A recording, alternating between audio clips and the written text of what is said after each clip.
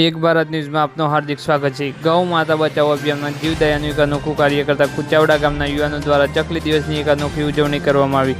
ડીસા તાલુકાના કુચાવડા ગામની સેવાભાવી જીવદયા પ્રેમી યુવાન શ્રી શૈલેષભાઈ રણછોડભાઈ જોશી અને એમના મિત્રો દ્વારા ડીસા તાલુકાના અલગ અલગ ગામડામાં સ્કૂલોમાં ચકલીઓને રહેવા માટે માટીના 2100 ચકલી ઘરનું નિઃશુલ્ક વિતરણ કરવામાં આવ્યું હતું।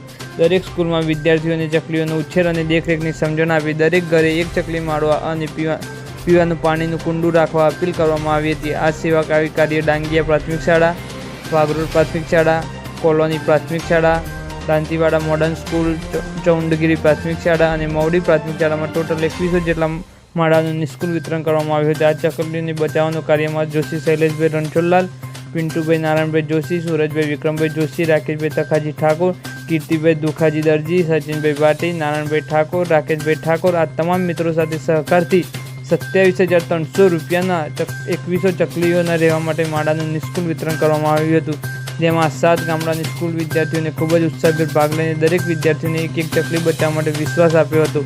દરેક સ્કૂલમાં શિક્ષકોએ બાળકોને જીવદયા અને પર્યાવરણનું જતન કરવામાં કાર્ય માટે પ્રેરિત કર્યા હતા।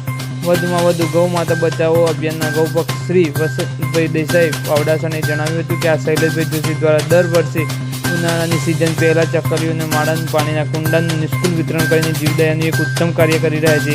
એ બદલ એમને અને એમની ટીમને યુવક મિત્રોને ખૂબ ખૂબ અભિનંદન આપવામાં આવે છે। રિપોર્ટર હમીરભાઈ રાજપૂત।